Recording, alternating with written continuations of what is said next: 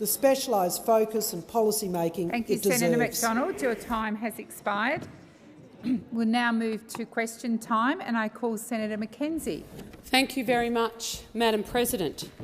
My question is to the Minister for Agriculture, Fisheries and Forestry, Senator Watt. Yesterday in question time, when pressured on how many passengers have walked through sanitised footmats, the minister said, and I quote, 100% of passengers have been walking through sanitised footmats. The minister has clearly misled the Senate. In fact, tens of thousands of passengers have disembarked from Bali since the outbreak in Bali on July 5 and the installation of the footmats only this week without footwear being disinfected. I wrote to the minister informing him of this misleading statement yesterday, and he still has not taken the opportunity to correct the record and make a ministerial explanation to the Senate. When will the minister do the honourable thing and correct the record to the Senate? Senator Watt, Minister, sit down. Before I call the minister, I am going to ask that you respect the senator asking the questions and not interject, and that you listen to the minister's response. Minister. Thank you, President. Well, that's a pretty sad way for this question time to start out today, given that I think on 3 or 4 occasions yesterday I actually answered the question that you are asking. I have received a letter from you, which I have signed a response to, and I'm sure that you may have even received it by now. Well, maybe talk to your office, but we certainly have signed off a response. And I will confirm yet again, I'm probably up to 5 times, 6 times, 7 times, that 100% of passengers who have returned to Australia from Indonesia since the footmats were in place on Monday and Tuesday. That's what I said. That's what I said. Order. Wow. Wow. Order. Is this what you've become? Is this what you've become? Is this what you've become? Minister, resume your seat. Order. Senator Ayres. Order. Order. Order.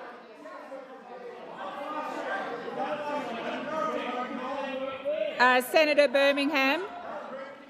Senator Ayres, I had just called the Senate to order and you interjected. I would appreciate you following my order when I call for order, that you do not interject. Senator Watt, please continue. Thank you, President. It is rather interesting that only since the election and they went into opposition that the opposition became interested in footmats, because, of course, this outbreak reached Indonesia on the 9th of May. What did the opposition do about footmats or biosecurity zones or any of the things that we've done in response to the outbreak? Well, I'll tell you what they did. The former minister, Mr Littleproud, when the outbreak reached— come on. Senator, Minister, resume your seat. Senator Brockman. Relevance, and come on, Senator Watt. Answer the question. Do not attack the opposition. Senator Brockman, just a moment, please. I'm not quite clear what your point of order was. Can you go directly? Yeah. I apologise for responding to Senator Watt's interjection. However, I was making a point of order on direct relevance. This is not an opportunity to attack the opposition or previous government policy. Thank you, Senator Brockman. Resume your seat. Order. Order. Order. Senator Wong and Minister Watt. Minister Wong, the question was about footmats. The minister was directly referring to footmats. As you know, I cannot, Minister Watt, I haven't called you, that I cannot direct a minister on how to answer a question, but he is being directly relevant to the question, which was about footmats. Minister.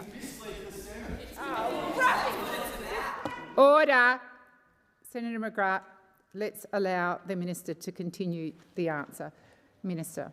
As I was saying, I'm pleased that the opposition has become interested in foot mats because when this outbreak reached Indonesia on the 9th of May, what did the former Minister for Agriculture, Mr Littleproud, do? Did he introduce foot mats? No. Did he introduce biosecurity response zones? No. You know what he did? He sent a tweet. He sent a tweet. That is the only thing Minister Littleproud did at the time. And then he didn't say anything until the 6th of July. Watt. Senator McKenzie. Madam President, this is actually a grave matter that this minister on Senator the first McKenzie, day what's your my point question of order? direct relevance. Thank you. This minister has misled the Senate and is not dealing with it in his question. Please resume your seat. Minister Watt, there was a direct question about mats. I was giving you some latitude, but please get to the directness of the question, please. Thank you, President. I have lost count of the number of times I have now answered this question. I did it repeatedly yesterday, again today, Senator and in the letter McGrath. today. Former Minister Littleproud was not the only person to say nothing about foot mats or the outbreak until it got to Bali. McGrath. We heard nothing from Senator McKenzie until the July the 19th. She didn't comment once when it got to Indonesia. Expired. Senator McKenzie, a first supplementary. Thank you, Madam President. I refer Senator Watt to his statement to the Senate yesterday that Australia has, and I quote, approximately 1 million vaccines available to us in a stockpile, and they are available within 1 week's notice, end quote. Given this fact, why won't vaccines be delivered to Indonesia, who's going through an uncontrollable outbreak, for more than 4 weeks, as first advised, and not arriving till August, as you informed the Senate? Minister Wong. Just on a point of order, I'd ask you to rule as to whether that's in fact supplementary to the primary question. If the minister wishes to answer, obviously it's a matter for him, but that is not in my submission supplementary to the primary question. Thank you, Senator Wong. Senator Birmingham. President, on the point of order, both the question and the supplementary question relate to the foot and mouth disease outbreak in Indonesia. Both of them relate to answers given by Senator Watt in question time yesterday on the same related issue. It is demonstrably a supplementary question to the primary question, and you should rule Senator Wong's point of order out of order. Thank you, Senator Birmingham. I'll take some advice.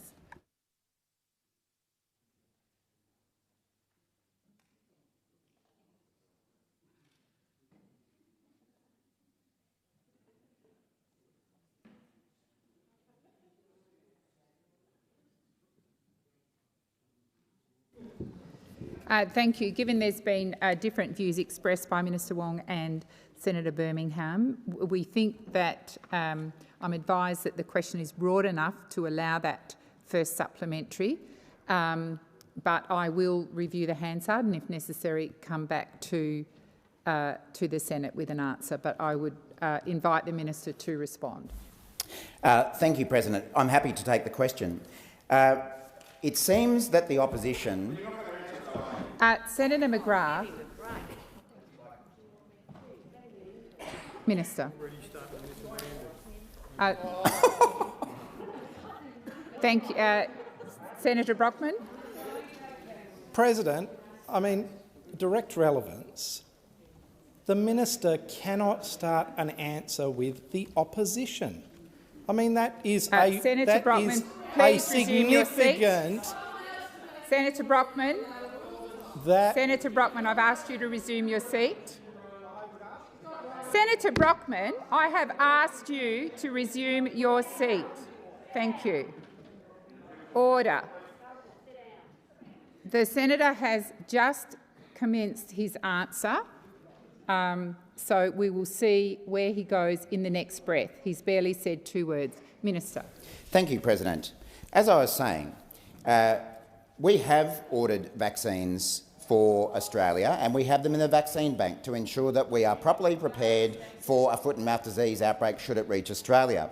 The former minister's question goes to Senator Indonesia McGrath. Vaccines. Now, I know this might come as a surprise to the opposition because it's something they never practiced when they were in government, but when you work with other countries, you need to do it cooperatively. You actually need to develop a partnership relationship, as opposed to the kind of relationship your government cultivated with our friends in Southeast Asia and the Pacific. McGrath. So when the Prime Minister was in Indonesia, where he was very well received, I might point out, he offered assistance in the form of vaccines to the Indonesian government. At that point in time, they decided to pursue their own interests. We have since, as a result of my visit, offered $1 million, and they're coming. Senator McKenzie, a second supplementary. Thank you, Madam President. Yesterday, the minister said, and I quote, "Biosecurity officers will not only be deployed into airports, they will be deployed into mail centres as well." How many of the 18 new biosecurity officers are currently operational at mail centres? Which mail centres are they, and what is their specific foot and mouth disease passenger intervention task? Minister Watt. Thank you, President. I anticipated I might get a question about this because it came up yesterday. Would you like the answer? Thank you. Thank you. Interjections across the chamber are disorderly. Please continue to answer the question, Minister Watt. And my intention, as is normal practice, is to answer the questions that I took on notice yesterday at the end of question time today, which is what many ministers on your side of the chamber have done. The answer is that my announcement was that our new funding that your government, when you were in power, did not commit and did not implement, will deliver 18 new biosecurity officers. They are currently being recruited, and in the meantime we have employed 65 contractors and 10 other officers in the meantime. Now, again, I make the point that every action we have taken, sanitation foot mats, biosecurity response zones, extra biosecurity officers, none of those measures were ever taken by your government when this outbreak got to Indonesia. All you did was send tweets. Resume your seat. Senator McGrath, I have asked politely on a number of occasions that you not interject. Please desist with the interjections. They are disorderly. Thank you, Minister. Thank you, President. And it's no wonder with this calibre of debate that industry is backing the government. Thank you. The time has expired. Senator McGrath, I asked you just then, I directed you not to interject, and the minute the minister got up, you interjected again. It's not a debate. Senator McGrath, it is not a debate with me. It's a direct request. I'm asking you to stop being disorderly. Yes. Minister Wong. If I may, President, I just wanted to, in relation to your previous point of order, perhaps refer you to Odgers and ask, and I do this also so that the opposition can be aware of the position of the government. In relation to the use of supplementary questions, President McClellan made a statement in which he said, supplementary questions are appropriate only for the purposes of elucidating information arising from the original question and answer. They are not appropriate for the purpose of introducing additional or new material or proposing a new question, even though such a question might be related to the subject matter of the original question. So I again, whilst I do note there's been some changes in standing orders since that time, I would ask you, perhaps subsequent to question time, to consider that. Thank you. Senator Birmingham. And President, whilst undertaking that review, I would encourage you to look back at past consideration of questions that were asked. I think you will find that in terms of the relationship between the question that is asked and the supplementary questions, that oftentimes that relationship relates very specifically to the subject matter and the flow of then smaller issues related to those subjects. In this case, the discussion of foot mats and the discussion of vaccines being supplied to Indonesia clearly all relate to the foot and mouth outbreak and are following the very common practice since the process of having the primary question and two supplementary questions was introduced into this Senate. Thank you, and I thank both leaders for that, those comments. And as I said, I'll review the Hansard and come back to the Senate if necessary. Senator McKim. Yes, if I could just on a point of order very briefly observe, President, that we're chewing up a lot of time at the moment. Question time yesterday had a very, very small number of questions asked because time was consumed with excessive points of order. I just simply ask senators, including Senator Wong and Senator Birmingham, to consider the passage of time while they are making their points of order. Senator Kim, I can reassure you that during this current debate and points of order, the clock has been stopped. So, thank you. I think we're calling Senator Green. Senator Green. Thank you, President. My question is to the Minister representing the Treasurer, Senator Gallagher. Can the Minister advise the Senate on the state of the economy following the Treasurer's economic statement today? Senator Gallagher. Thank you, Speaker, and I thank Senator Green for her interest in the economic situation across Australia and the Treasurer's ministerial statement that he made earlier today. It's true that we're facing a very challenging set of economic circumstances, both domestically and internationally. And the Treasurer, in his address to the House of Representatives today, delivered that message, but also importantly that the Australian economy is growing, but there are some challenges that need to be managed in the near term. We've been upfront with Australians about that since coming to government, and we will continue to be upfront and honest as new challenges emerge. Today, in the latest update of Treasury forecast, the Treasurer outlined that economic growth has been revised down by 0.5 percentage point for the next 3 years, I think. Inflation is expected to peak at 7.75% by the end of the year, and that the inflation challenge obviously has an impact on the outlook for real wages and real wages growth. The forecasts also show with inflation, with real wages, it will get worse before it gets better, but that it will get better. The current expectation is that inflation will indeed get worse this year, moderate next year, and normalise the year after. The Treasury forecasts also show that real wages are expected to stabilise mid-next year before growing again in 23-24.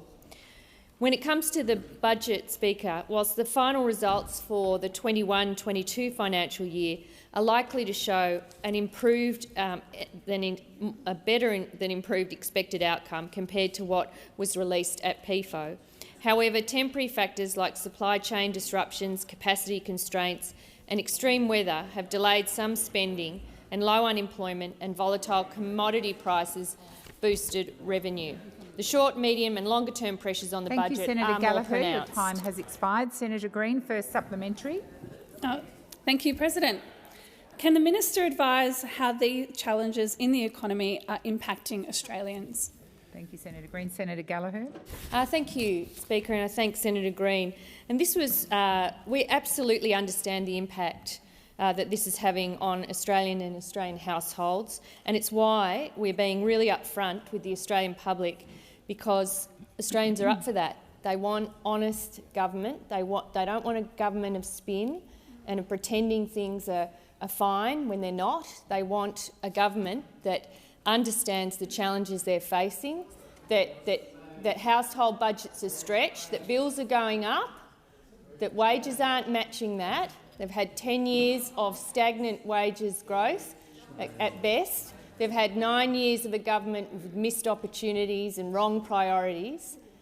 And this government is going to be clear about what the challenges are and clear about the plan to manage those challenges and to help households deal with that. But we're not going to pretend that 9 years of neglect and poor government can be reversed overnight. Thank you, Senator Gallagher. Your time has expired. Order. Order. I've called Senator Green. Second supplementary. Thank you, Senator Green. Thank you, President. What are the government's plans to deal with these challenges? Senator Gallagher. Thank you, Speaker. And Senator Smith. I know responding to interjections is disorderly, but from the interjections I have managed to hear whilst I've been talking, they will be interested in the answer to this question. Despite what some of them, those opposites say, we do have a plan to deal with the economic challenges we face. And one of the plans is to deal with the waste and rorts that you riddled through your budget the waste and rorts, billions of dollars, the pork barrelling, the buying of seats, the buying of votes.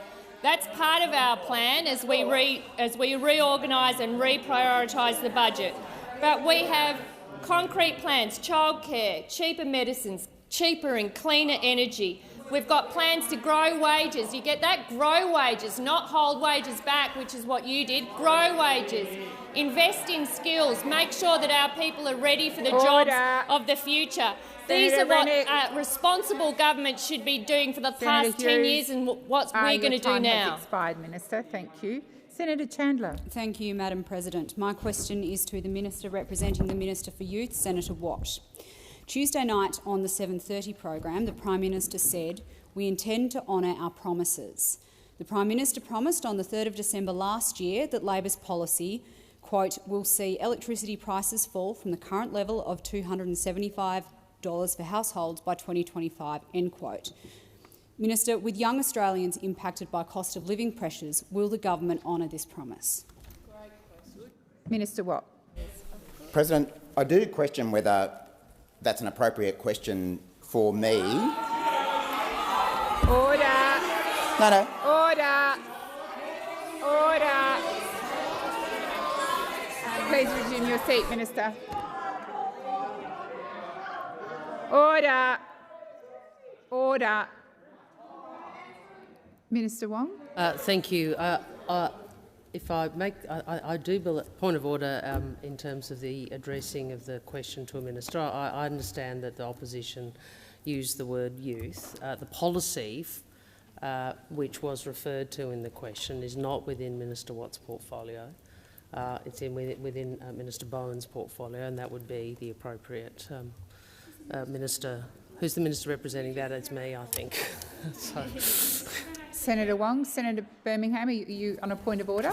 I am, President. Very briefly, mindful of Senator McKim's observation. The question didn't reference a specific policy. The question referenced the promises of the now government and the now Prime Minister, and it referenced those promises in the context of cost of living pressures specific to young Australians. Senator Watt represents the Minister for Youth in this place and therefore should answer questions relevant to young Australians.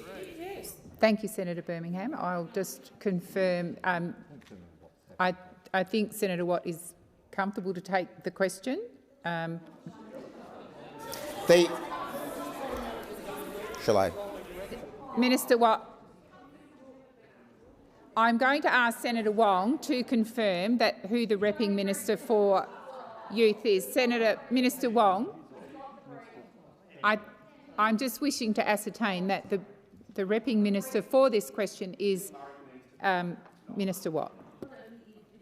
Minister wishes to. I was actually trying to be helpful to the opposition. I know, believe it or not, to say I'm very happy for them to. I'm very happy. I'm very happy. If I could finish my sentence. Oh.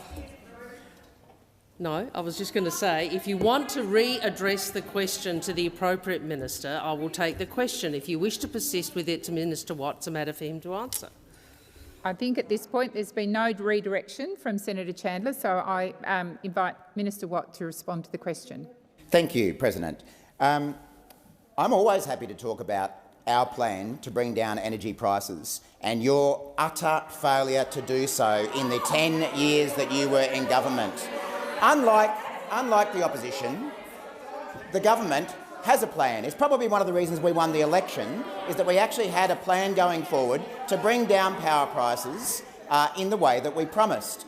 The best thing about that is that at the same time, not only will our plan bring down power prices, something that you were incapable of doing over 10 years, we will also bring down emissions, something that you didn't believe in doing for 10 years, let alone achieve, and we will create over 500 or 600,000 of jobs. There's so many, I can't remember the exact figure. That's how many jobs we will intend to create, including 5 out of 6 in regional Australia. Our plan will help young people with their power prices. Our plan to lift wages will help young people, especially because of the number of young workers who work in industries like hospitality, retail, minimum wage jobs. And what did those people get from a Labor government? They got a government that supported a wage rise, something that you weren't prepared to do for the 10 years that you were in government. So our policies will bring down youth prices, something you couldn't do. Resume your seat. Senator Birmingham. President, point of order on question of direct relevance, and indeed in the previous point of order I commented on, I highlighted the fact that the question didn't ask specifically about a policy of the government. It asked about a promise made by the now Prime Minister. That promise was that Labor's policy will see electricity prices fall from the current level by $275 for households by 2025. Senator Birmingham, what's the point of order? The question is the government going to honour that promise? Thank you. Promise? Thank Senator you, Senator Watt Birmingham. is not addressing Please resume that precise your promise. Thank you, Senator Birmingham. Senator Wong. Well, on the point of order, this is precisely why the opposition should have readdressed the question. He's responding. No. Order. He's Senator not the minister representing the minister responsible for the policy position. On the point of order raised by Senator Birmingham, I noted that order. The Leader of the Opposition has raised a point of order on the question which I am seeking to respond to. So, on the point of order, the minister is being relevant. It talked about electricity, it talked about promises, it talked about bringing prices down and young people. And in my view, the minister has been relevant. Minister Watt, please continue. Thank you, President. We have every intention of delivering all of our election commitments, whether it be this one or any other commitment that we made, such as getting rid of the ABCC, such as establishing an anti-corruption commission, something you didn't do for the last 3 years, such as lifting minimum wages, something that has already happened under this government, and, as I say, benefits younger people as well. Now, I might just note that not only did the former government fail to do anything about power prices in the 10 years that it was in government, it had the hide in the run-up to an election to actually hide from the Australian public how much those power prices were rising, because this mob over here will be the people who will be always remembered for hiding the increase in the default market offer price, which has increased power prices in New South Wales alone by up to 19%. Minister Watt, your time has expired. Senator Chandler, your first supplementary. Thank you, Madam President. Minister, with cost of living pressures faced by young Australians travelling to work and study, will the government extend the reduction in the fuel excise? Would government extend fuel excise? Impossible to hear that question. Senator Could I ask Watt, for it to be... direct it to me. If you require the question to be repeated, then simply ask me. President, would you mind having the question repeated? It was impossible to hear due to the interjections. Thank you. Senator Chandler. Thank you, Madam President. I can oblige. Minister, with cost of living pressures faced by young Australians travelling to work and study, will the government extend the reduction in the fuel excise? Senator Wong, is there a point of order? Of order. Wrong minister, and not a supplementary question. Senator Birmingham, and then I'll come to you, Senator McKim. Equally briefly, the question relates to young Australians, to the minister representing the Minister for Youth. The question relates to cost of living pressures, as did the primary question. I'm going to respond to that point of order. As I said, there's already a... Just resume your seat, Minister. Order. There is a question before the chair on supplementaries. In the same way that I've agreed to look at that previous question, then we will look at this question and whether it relates to the primary question. And if it doesn't, we'll report back to the Senate. Senator McKim. Thank you, President. My question is to the Minister representing Sorry, Senator McKim, I beg your pardon. I thought you were on a point of order. Oh, no, I'm trying to ask a question. Right. We'll get to you. Thank you. Resume your seat. Thank you. Senator McKim, resume your seat. Thank you. Senator McKim, resume your seat.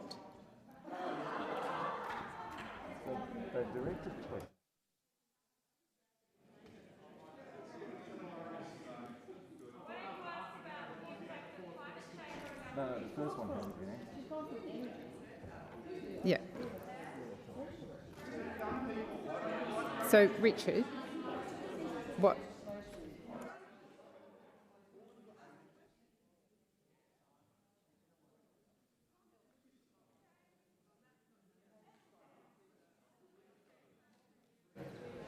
I advise the Senate that the question asked by Senator Chandler has been directed to Minister Watt, and he can only answer it within the broad depth of his policy area. And I think he had some time left, but I will check. Yeah, Senator Watt. Well, unlike the opposition, this government cares about young people. But as to the specifics of this question, I refer them to the responsible minister. Thank you, Senator Watt. Senator McGrath. Senator McGrath. Senator McGrath. Senator Chandler is entitled to have silence while she asks her question. Senator Chandler, second supplementary. Thank you. Thank you, Madam President. Order. Senator Wong. Senator Chandler, please continue. Thank you, Madam President. The ABS confirmed yesterday that inflation has risen to 6.1%, the highest level in 20 years. When can young Australians expect the government to provide specific detail in measures to help them with cost of living pressures? Minister Watt. With the greatest respect, I think that is a question that's appropriately directed to the Minister representing the Minister for Youth, which is why I'm happy to give you an answer. Again, unlike the opposition— Senator McGrath, take a breath, please. Minister Watt. Unlike the opposition, this government does care about young people. It has a minister in place with programs for young people. And the best thing that we have already done in the short time that we have been in power for young people is ensure that they got an increase to the minimum wage. Because of the sheer number of young workers who are on the minimum wage, something that the opposition consistently refused to do. Remember about low wages were a deliberate design feature of the Australian economy under this mob? No wonder they lost the election, and no wonder young voters refused to vote for them in droves. So the two ways that you can deal with cost of living are bringing down costs, and that's what we fully intend to do with the promises that we put in place. The second way you can do it is by lifting wages, and everyone knows that will only happen under a Labor government. It will never happen under you mob. Thank you, Minister Watt. The time has expired. Senator McKim. Thank you, President. We'll try again, and finally. My question is to the Minister representing the Treasurer, Senator Gallagher. Minister, congratulations on your ministerial appointments. 2 weeks ago, the Australia Institute released research which showed that rising profits, not rising wages, are a primary driver of inflation in Australia. And earlier this week, former ACCC Chair Mr Rod Sims observed that in times of high inflation, companies in concentrated markets, which many Australian markets are, can use their market power to increase prices at a higher rate than their costs are increasing and further exacerbate inflation. Does your government accept that corporate profiteering is a primary driver of inflation in Australia? And if so, what are you going to do about it? Senator Gallagher. Thank you very much, Speaker, and I thank Senator McKim for the question. There's no doubt that inflation is the most significant economic challenge, or rising inflation, that Australians are facing across the economy. In terms of the drivers of that, I mean, I think we saw in yesterday's inflation figures from the APS, the main drivers behind that were dwelling costs and rising fuel costs were the major contributors to that. We have been very clear about our response to that. I mean, there are some things that we can do. Some of it is out of our control in relation to some of the international pressures that are coming from China, from the war in Ukraine, or China's COVID strategy and the war in Ukraine. They are definitely having impacts here locally. Domestically, where there are floods and some of those natural disasters that we've seen, some of the supply chain disruptions that we've seen, which are flowing on to higher costs for households. And the position that we have taken is that in order to respond to those, we need to assist households with long-term policy responses which support lowering costs, so power, prices, childcare, investing in skills, getting wages moving. They're the things that this government wants to do to deal with some of the reality of households dealing with rising costs and rising interest rates, which are hitting households so hard. That's the focus of Dr Chalmers and I. as we work together to put forward our budget in October, but also over the longer term how we deal with some of the higher inflation and higher than expected inflationary impacts that we're seeing across the economy. Thank you, Senator Gallagher. Senator McKim, first supplementary. Thanks, President. Minister, the Treasurer has just told Australians that because the inflation is rising, they should brace for higher unemployment and further real wage cuts. But the Treasurer said nothing about what corporations who are earning record profits should brace for. Why is your government telling those who can least afford it to brace for yet more pain, yet we're hearing nothing at all from the Treasurer about what the profiteering corporations should brace for? Thank you, Senator McKim. Senator Gallagher. Thank you, Speaker. Well, I think what you saw from the ministerial statement is a very honest assessment from the Treasurer about what households are experiencing now and what they can expect in the future. And this has been part of I guess the different approach that we are taking to those of the previous government, where it was all about spin, short-term solutions and political fixes. I mean, the assessment today in the ministerial statement, and it will be followed up in the October budget, is giving people the best and latest information available to the government about what we expect to happen over the next year, updated, of course, in October. And I would say in relation, I think the government is going. I understand the point that Senator McKim is making, but the approach this government is taking is about pulling people together, working with each other to secure, to deal with some of the challenges. It's no longer this divisive game that's been played in politics about those that have and those that have not. Senator McKim, a second supplementary. Thank you, President. Minister, given corporate profits are at record highs, why has your government ruled out introducing a corporate super profits tax or taxes which could fund cost of living relief by providing high-quality, free public services to Australians, such as free childcare, truly free public education, and putting dental into Medicare and helping Australians address the cost of living crisis? Thank you, Senator McKim. Senator Gallagher. Thank you very much, Speaker. The government's position is that we will work with the private sector, with business, with community groups, right across the board. We don't want to divide. We don't want to point the finger between the haves and the have-nots and point the blame at anyone. We are dealing with significant economic challenges right now. Households are feeling it. There is no such thing as free money, Senator McKim. There is no such thing as free money going anywhere, that you can just do this and it will be just that. It doesn't work. We are dealing with these economic challenges that are thrown at us. We are in the first instance looking, as households are trying to find extra dollars, we are also looking across our budget at ways we can reprioritise and reinvest to deal with some of these cost of living pressures. But we're going to be honest about it. We're going to work across the community and business to make sure that we get these decisions right. And we're going to do what we said we were going to do before the election. Senator Ciccone. Thank you very much, President. And it gives me great pleasure to ask a question to the Minister for Agriculture, Fisheries and Forestry, Senator Watt. Minister, the emergence and rapid spread of foot and mouth disease in Indonesia has heightened public and industry interest. FMD is a potentially devastating threat to our economy and our industry and would cost billions of dollars. Can the Minister please outline to the Senate the biosecurity measures that have been strengthened and introduced in Australia by you and the Albanese government to protect Australia from an outbreak of foot and mouth disease?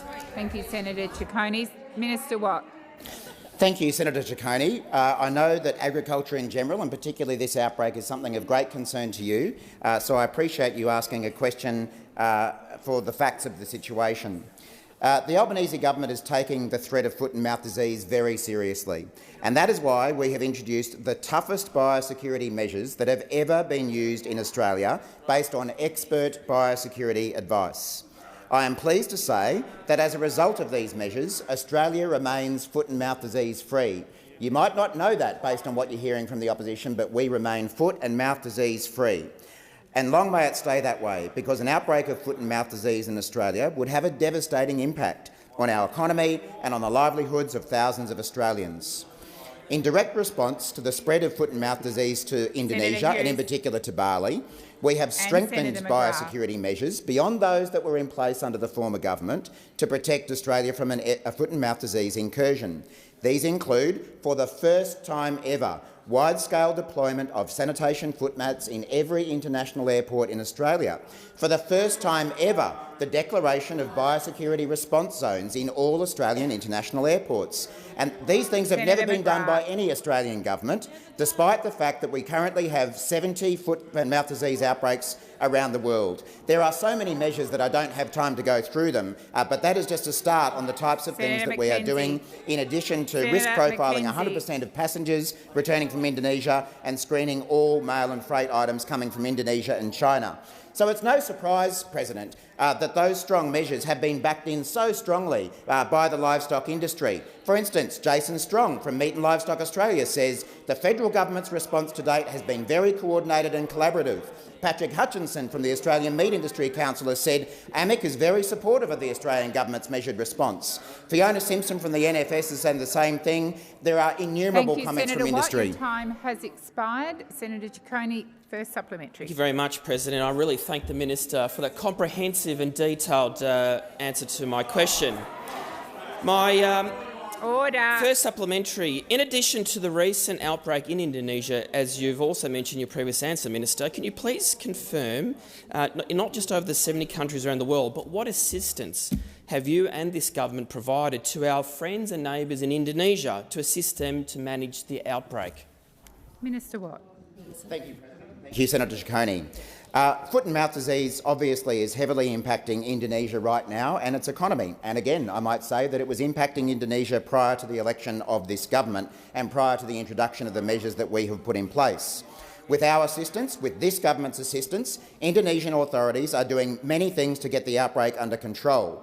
And on 15th of July, I announced a $14 million biosecurity package to bolster Australia's frontline defence and provide more technical support for countries currently battling foot and mouth disease and lumpy skin disease. Of course, that followed the visit that I undertook to Indonesia to meet with Indonesian ministers about how we could assist. Now again, it's no wonder then that so many industry representatives have praised the government for what we've done, and it's no wonder that so many industry representatives have criticised commentary about this issue which has been more political than anything else. Ian McColl from the New South Wales Farmers Association says, I see some people out there using this outbreak as a weapon to further their own ends, and frankly it's pretty disappointing. I wonder who he could be talking about. Thank you, Minister Watt. Senator Ciccone, second supplementary. Thank you, President. And it's very clear that foot-mouth disease, along with other pests and diseases, poses as a major risk to Australian agriculture. So my last question to the Minister today is, could you please outline to the Senate how the government's response to biosecurity threats differs from that from the previous government? Minister Watt. Thank you, President. Thank you, Senator Ciccone. Very, very good question. The Coalition are full of ideas now that they're in opposition, but when they were in power, they didn't implement any of the measures that we have put in place, despite the fact that this outbreak got to Indonesia on their watch. This government has done more on biosecurity in 9 weeks than that lot did in 9 years. Everyone from the National Farmers Federation to the Northern Territory Cattlemen's Association and AgForce in Queensland are supporting the government and criticising the opposition. As I say, Mr McColl had more to say. He said, Mr McColl from the New South Wales Farmers Association, farmers have argued for stronger, sustainably funded biosecurity system for years. For years. This isn't something that's just happened overnight. Fanning the flames of fear will not help one little bit. Who could be fanning the flames? I wonder who could be doing that. Oh, Deirdre Chambers, she's over there, he's over there. Every single person on the opposition benches is fanning the flames of concern, is letting down farmers and is endangering our international trade. Watt, your time has expired. Order, senators. I'm waiting to call Senator Lambie. Senator Lambie.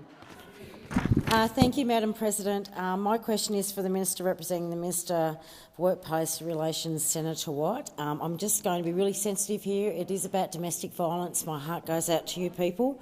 But there will be questions that we need to ask to make sure that we can get these policy settings correct. Senator, respectfully, I want to know how your government's proposal to introduce 10 days domestic violence leave will work in practice. So my first question is this. Will employees have to tell their bosses that they are a victim of domestic violence in order to claim domestic violence leave? Minister Watt. Thanks, President, and thanks, Senator Lambie, for a really important question. I do realise that this is a very sensitive issue that frankly affects many people in this chamber, let alone the wider community. And I'm very proud of the fact that our government is introducing legislation to provide domestic and family violence leave for the first time in this country. It's something that many people have needed for a long time, and I'm proud that we have introduced that legislation, and I look forward to wide support of that legislation. As you would understand, I'm not the responsible minister, I am the representing minister, and I'm very happy to obtain specific answers to your questions. They're very valuable and worthwhile questions, and I don't want to give you the wrong information, but I'll provide you with that information as soon as I possibly can. Thank you, Minister Watt. Senator Lambie.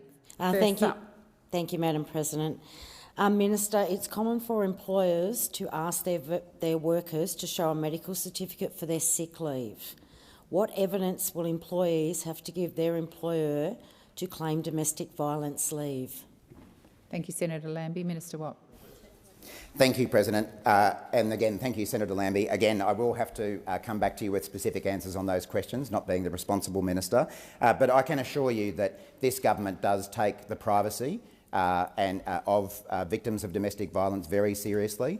I'm sure that Minister Burke, who's responsible for this legislation, has contemplated these issues and is working with stakeholders around them. I'll certainly encourage him to continue doing so.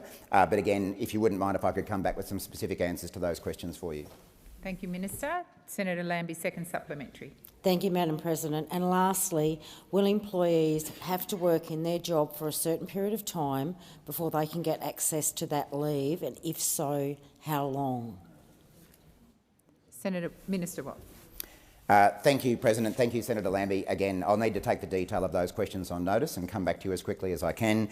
If there's anything I can do as the repping minister to facilitate some further discussion with you and your team, I'd be more than happy to do so. Thank you, Minister. Senator Nampijinpa Rice, I believe this is your first question. Welcome. Thank you, Madam President. My question is to the Minister, representing the Minister for Social Services, Senator Farrell. The sites of the current CDC income support programs were put in place at the request of the communities in which they operate. Can the Minister advise which of these communities and their community leaders were consulted by the Minister prior to the Labor Party making the decision to scrap the cashless debit card, and which of these leaders and communities supported that decision? Thank you, Senator Nampijinpa Rice. Minister Farrell. I thank the Senator for her question, and note that it is her first question, and good luck for your time here in the Senate. This has been an issue that the government has been dealing with, and in particular the Minister for Social Securities, Amanda Rishworth. Of course, legislation was introduced into the Parliament, the Lower House, earlier this week, to end the process of the cashless debit card. I'll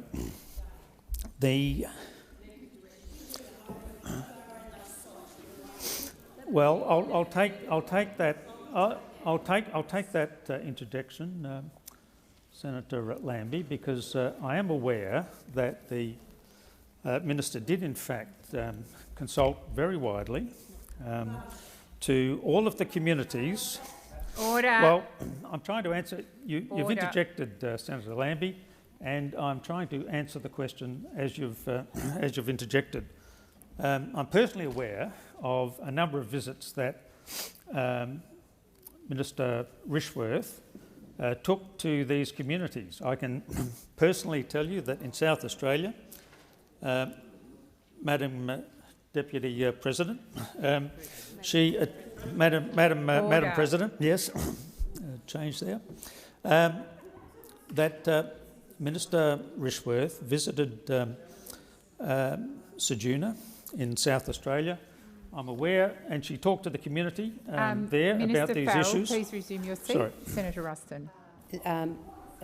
Madam President, on a point of order in relation to relevance, the question was very specific about the consultations that had taken place before the decision that was made, and I would ask the senator to make sure that when he is responding to that question that he doesn't mislead the Senate, because I believe he may be referring to consultations or engagements that occurred after the decision was made. Thank you, Senator Ruston. I'll remind Minister Farrell of the question, and Senator Nampijinpa Price, beg your pardon, asked which communities requested coming off the CDC and which communities were consulted. Thank you, Minister Farrell. Well, look, I want to be clear that those discussions that took place did take place after the election, but they took place. Thank you, Senator Farrell.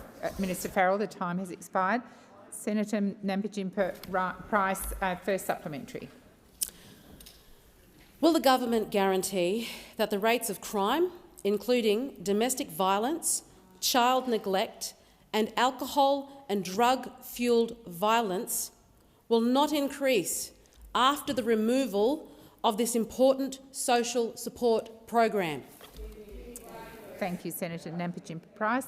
Minister Farrell. Thank you. Thank the senator for her question. Look, there obviously are serious issues in a range of communities in this country. But what we know from the evidence of the 17,000 or so people who were on the cashless debit card was that it wasn't solving the problems that it was alleged. It wasn't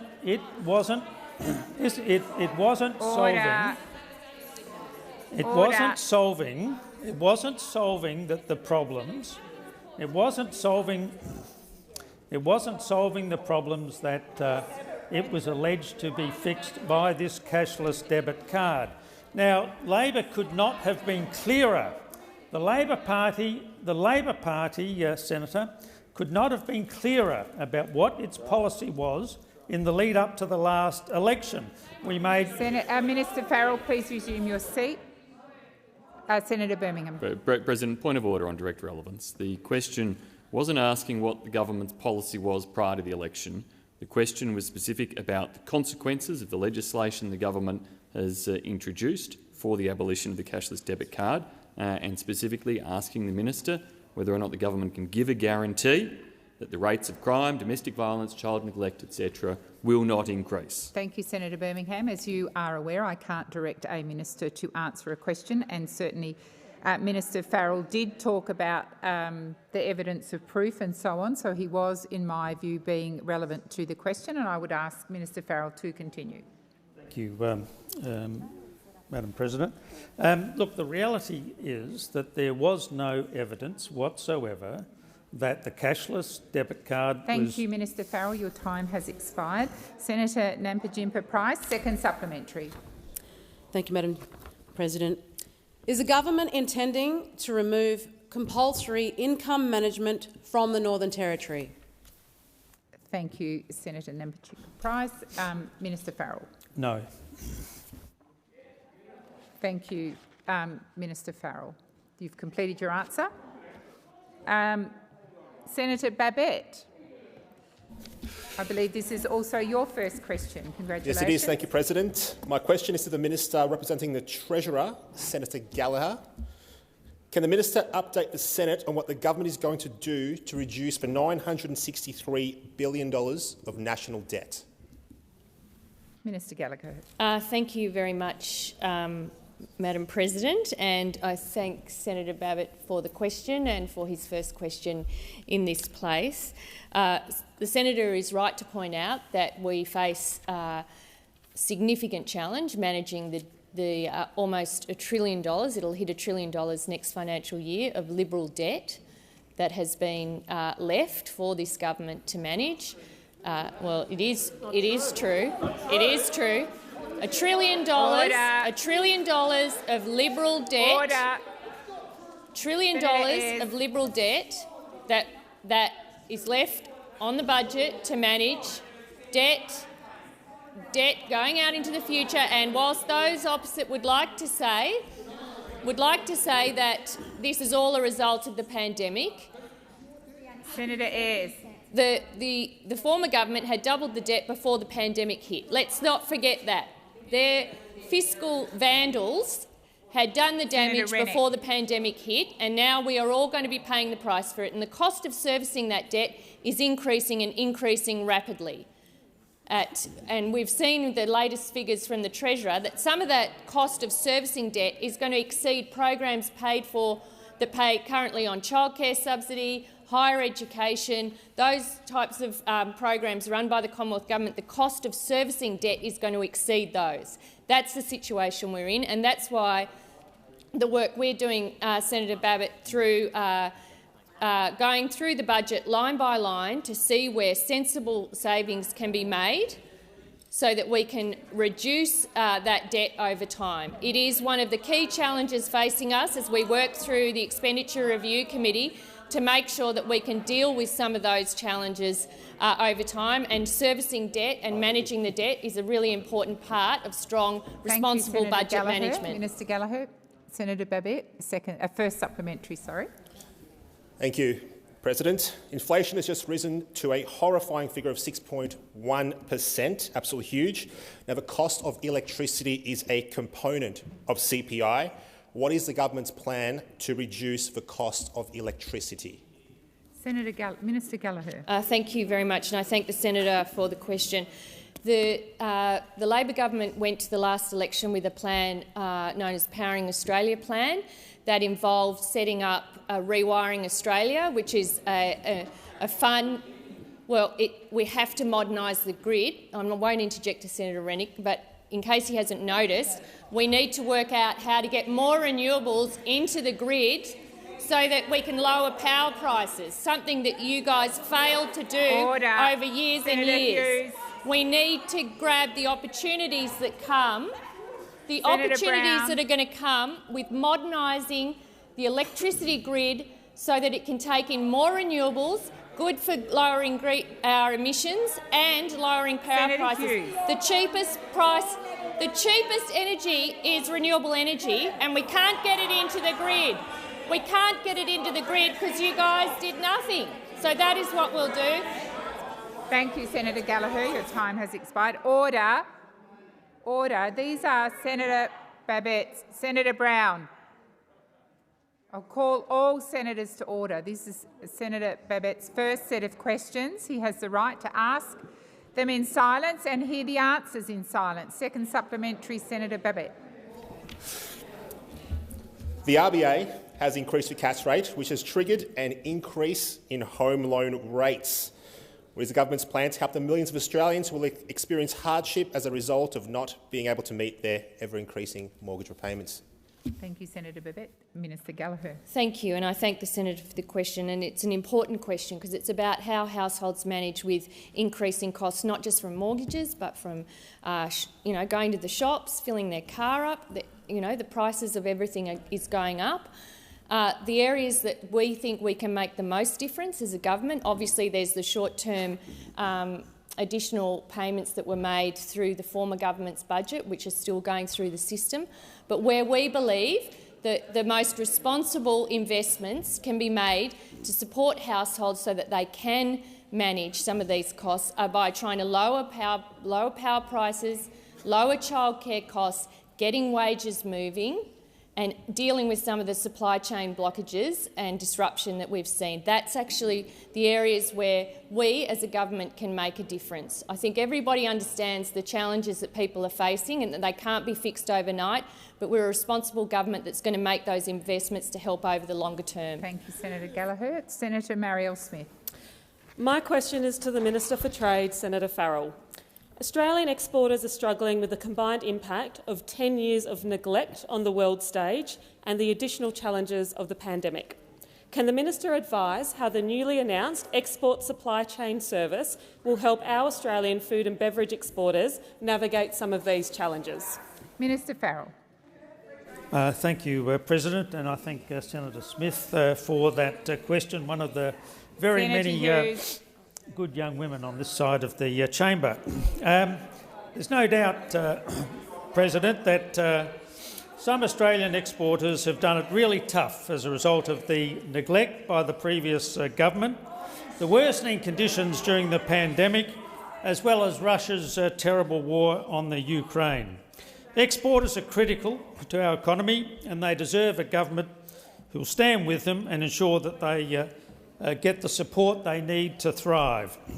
To this end, last week in Brisbane, I announced the establishment of a new service to help Australian food and beverage exporters navigate global supply chains. One of the biggest ongoing challenges for Australian exporters is getting their produce into international customers. Over the past few years, the freight environment has irreversibly changed. There's no doubt that the supply chains we see today are very different from the supply chains that we saw prior to the pandemic. To help these exporters navigate these complexities, the Australian government has established the Export Supply Chain Service. Under this new service, Australian exporters, states, territory governments, industry bodies will have access to information and insights on supply chain issues. It'll give Australian exporters, Madam President, the information and the insights that they need to inform their decision-making and navigate what has become very complex supply chain issues. Throughout the pandemic, many Australian businesses have demonstrated ingenuity and grit in response to ongoing trade disruptions. With the aid of the Australian government, Thank you, they'll Minister continue Farrell. to do Your so. time has expired. Senator Marielle Smith, first supplementary. As we work to restore our international reputation, what is the Minister hearing from Australian exporters and businesses about how the new service will support their recovery? Thank you, Senator Smith. Minister Farrell. Thank you, Senator Smith, for that question. And Madam President, I was fortunate. I was fortunate enough last week to attend the Brisbane markets, and lovely set of markets, and visit a company called J.H. Levy. This is a company that exports a whole range of produce overseas. In fact, you'd like to know this, Senator Birmingham, I in fact saw them exporting some navel oranges from Waikerie into the China. Senator Ruston approves. This little company working out of the Brisbane markets exports all over the world, and like all of the other companies that export these great Australian products, they've been suffering through this pandemic. Thank you, Minister Farrell. Your time has expired. Please resume your seat. Second supplementary, Senator Marielle Smith. Yes. Order. Senator Smith. Can the Minister advise what other actions the Albanese government is taking to facilitate and support trade opportunities for Australian businesses after a decade of inaction? Minister Farrell.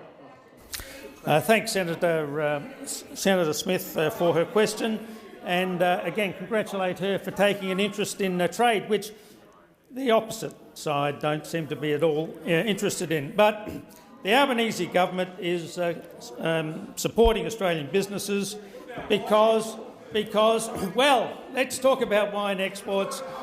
You completely let down every single exporter of wine in this country. Let me tell you.